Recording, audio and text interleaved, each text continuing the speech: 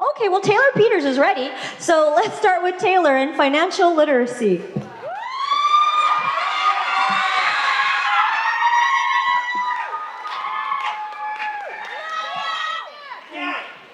Okay, can everyone hear me? Okay, cool. So if you didn't hear, my name's Taylor, and I wanted to make my presentation more of a story. So, once upon a time, I was going from 8th grade to 9th grade. The school I was zoned for was a school that I had no desire to go to. It was my zone school, it wasn't the best school, and I didn't want to go there. So my parents quickly found EKA. I came here freshman year, and I loved it. So I came back, obviously, and then I came back 10th grade, and it wasn't the best year. I wanted to leave. I was like, you can't make me come back. No. Well, my parents made me come back, and 11th grade happened, and I fell in love again. I wanted to stay. I wanted to make sure I was here. I felt that I should be here. And Quinn sat me down and was like, hey, what's your senior project going to be? Because Val already knew hers, a couple other seniors knew theirs. And I was like, I have absolutely no idea. I know I love kids, and I love working with kids, but I don't know what I want to do for a senior project, because it needs to be something I really love for me to do it for 120 hours, because that's a lot. So I made this list. It was things that should not exist and things that should be better. There were certain things that we obviously had to cross off due to I didn't have enough time to do it, or it wasn't applicable for me, or just something that I wasn't super interested in. I ended up with these final 5, and the last one I put down up here and then ended down there was money struggle.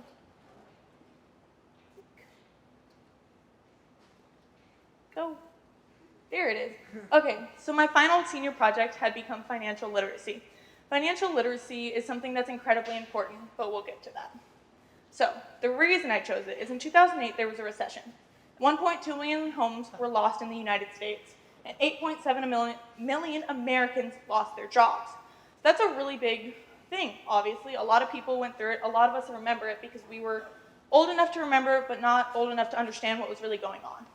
So, as one of the 1.2 million homes that were lost, my family was one of the families that ended up losing our home. And that's our home there. It was Yellowtail, and that was my family home that I'd grown up in. I didn't understand why we lost it, though, because everyone was saying, you'll understand when you're older, don't worry about it, you'll understand when you're older. And I wanted to understand, but it kind of just kept getting pushed to the side.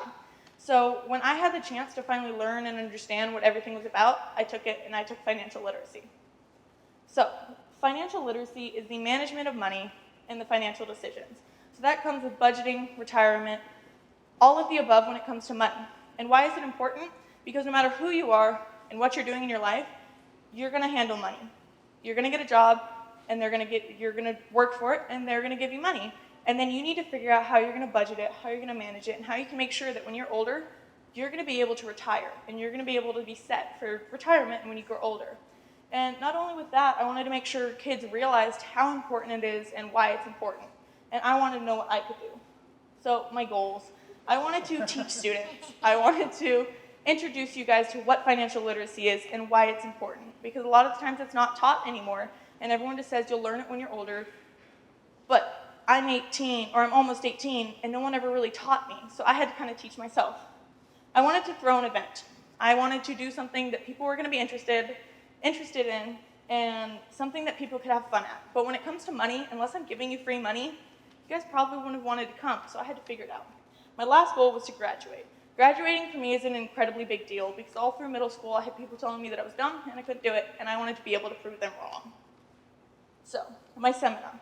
I was the first senior to go for my seminar, which was really terrifying actually, because I didn't have anyone to go to and be like, hey, how are the kids? Or, hey, were they ridiculous? Were they awesome? What worked best for you? What didn't? Nope, I was first up. This was the first month of school, and I was kind of thrown into it like, hey, your plans are ready, you get to go. So I went first. Some of the things I did was budgeting, retirement, and education. So with budgeting, I sat the kids down and I gave them a job, a fake job, which was part of the game of reality. So what happened was they got a card like this. So this was someone's job. There were 3 different types of jobs though. There was good, somewhat good, and then not the worst, but like it wasn't the best paying. This was one of the really good ones.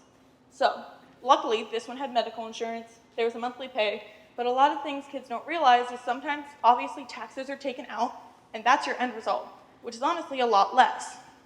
Then, they were given one of these cards. There were 3 different cards, green, yellow, red. So good, bad, really bad. So the good one is they gained $250. That's awesome. You can put that in your budget. The bad was they needed dental surgery, and they had to plan for it. There was no ifs, ands, or buts. This was what they got. They had to plan for it. So without insurance, luckily the person who got the psychologist card had insurance. They only had to pay, with insurance, they only had to pay $500. Without insurance, though, they had to pay $1,100, which is a really big difference. And normally, if you don't have insurance, you don't have the means to pay that huge extra. So that's a lot of the stuff I did for my seminar. And one thing that I loved about my seminars, afterwards, I had a couple kids come up to me and say thank you, and saying, I really enjoyed my seminar. I really enjoyed your seminar. I had so much fun. And I wish you were here longer. I wish I could learn about it more. Because one thing I focused on was I tried to focus on college, and I know there were some kids who wished I would have focused on others. Okay, so for volunteering. So when it comes to money, there's not a lot of volunteering to go with it. But one thing that did happen was, you'll see this in the next slide, but I was throwing Palooza, and I'll explain all of that why. But for Palooza, I did all my 10 hours in one day. It was one Saturday. I just wanted to knock it out. So I took some pictures. These are random ones I found. I took that one because there's Blue's Clues, and not a lot of kids know what Blue's Clues is, so I thought it was cool that there was a jumper house. Hey, some of you know. But it was packed full of people, full of animals, and I'm one of those people that if I see a puppy, I want to go play with it. So I was surrounded by puppies, and I was ecstatic. I loved it.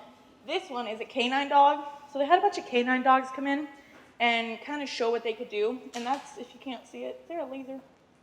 Oh well. But there's this thing in the air. And the dog had to jump and grab it, and I got that picture. And he looks really vicious, but he was really sweet. So, Palooza. How many of you guys knew Dominique Mormon from last year? Yeah, okay. So Dominique's project last year was Adopt, Don't Buy. So I promised her last year that I was going to do Palooza for her. I wanted to keep it going. But then I figured out my project, and I was like, I have no idea how I'm going to make these two correlate. So it got to the middle of the year. Quinn sat me down. He was like, hey, what's your big event? I was like, hey, I want to do Palooza, but I don't know how to make that correlate. He goes, okay, well, should we just do something else, and you can do that on the side, or should we just do that? And I said, there's no way that I'm going to be able to do 2 big events, one that doesn't even correlate or give me anything, and then one for my senior project. That's too much. So we found a way to make it correlate. So I wanted a fun and unique event. So the way I made it correlate, though, was if you see in the bottom left corner, there are four or five girls, and they have a coloring sheet. And what we did was I sat them down, and I talked about pets, and I showed them a video about how pets and money correlate, and how the responsibility of a pet also has a lot to do with money, obviously. And so they had to draw on a coloring sheet all the things you need for a pet. And then they had to write a price next to it. And some of these kids at the end of the day realized that pets aren't the $5 you get from the animal shelter. No, pets are thousands and thousands of dollars because they not only need the food, the water, and all of that, they need insurance and need all of that. So that's one thing I got to teach them. With the Palooza, I wanted to reach elementary. And with that, I did. Those are all elementary schoolers. They were all so sweet. And a lot of the times, I had more middle school, or I had more elementary schoolers than I thought I would, because they wanted to come play with pets. So, along with Palooza, there were so many meetings. I had 5 or 6 with Matson and Quinn and all of them, because we had to sit down and we had to say, okay, when's the date? What are you doing? What's it going to look like? And all of that, which was a really big deal, because okay, cool. So, one of the things that happens a lot is as you grow up, sometimes you get looked down upon because you're young. And with this school and with this meeting, they kind of thank you. Okay. They showed me that I'm an adult, I'm throwing a big event, I should be proud of this, and also that, yeah, I'm a kid at this school, but I'm not a kid to them. And they treated me with respect, which taught me a lot of things, which I'm thankful for. So the doom and gloom. This is kind of the bad stuff. So, my field trip flop. This was before I ever decided to Palooza. This was November, December. I called this awesome place, and I was like, hey, can I come here to bring my kids for a field trip? It would be awesome. They teach money management. It would have just been a great event.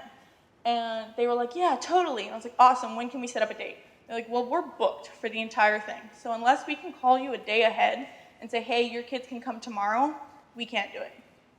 We're at a school. We can't really tell you. Like, I can't have a bunch of kids sign up and say, okay, I don't know when we're going, so it'll just be a surprise.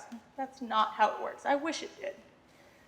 Stress overcame me a couple times, and I had a few panic attacks and had to go into tease and hug her Nessie doll, but, you know, it happens. But it was a great experience. And then there were a lot of last-minute cancellations for Palooza. I had some people pull out literally the day of, like coming to me in the morning and be like, hey, I can't. And I totally respect that. Like, I understand completely. Stuff happens. It was just stressful because I was scared that all of a sudden my big event was going to be a flop, which it wasn't, which was awesome. So my successes, the kids learned and enjoyed my seminar. That's a picture in the corner with Lyric and Dominique and Zach and all of them. But kids had fun. I had people coming up to me after saying it was an awesome event. I can't wait till next year, so I hope someone can continue it next year. But the event was a success.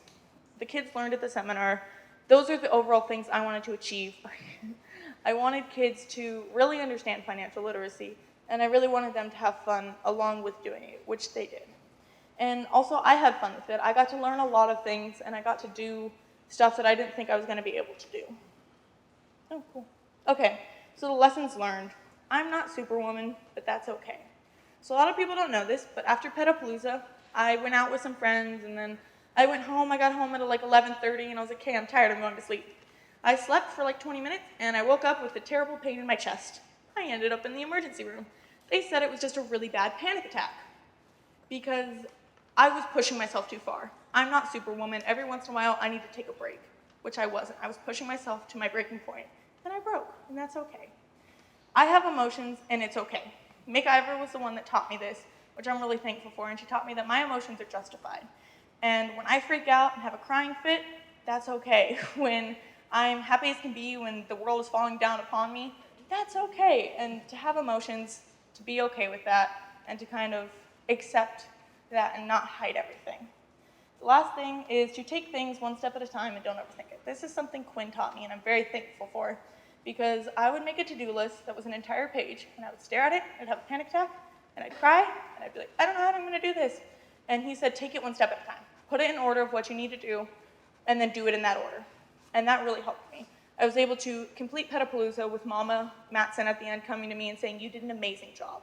So if I got the approval from her, that means I did awesome. So the fact that I did take it one step at a time through everything really got me through it all. So I wanted to say thank you.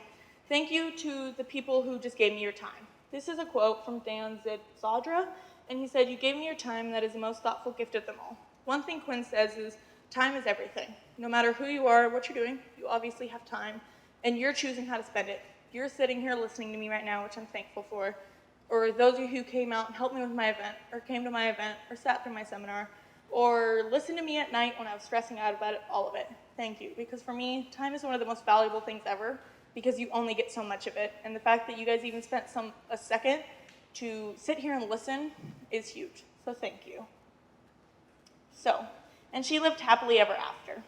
So, I wanted to end this slide this way because with this project, I learned more than I ever thought I learned. I was one of the people, 10th grade, I was like, you cannot make me come back because I don't want to do a senior project.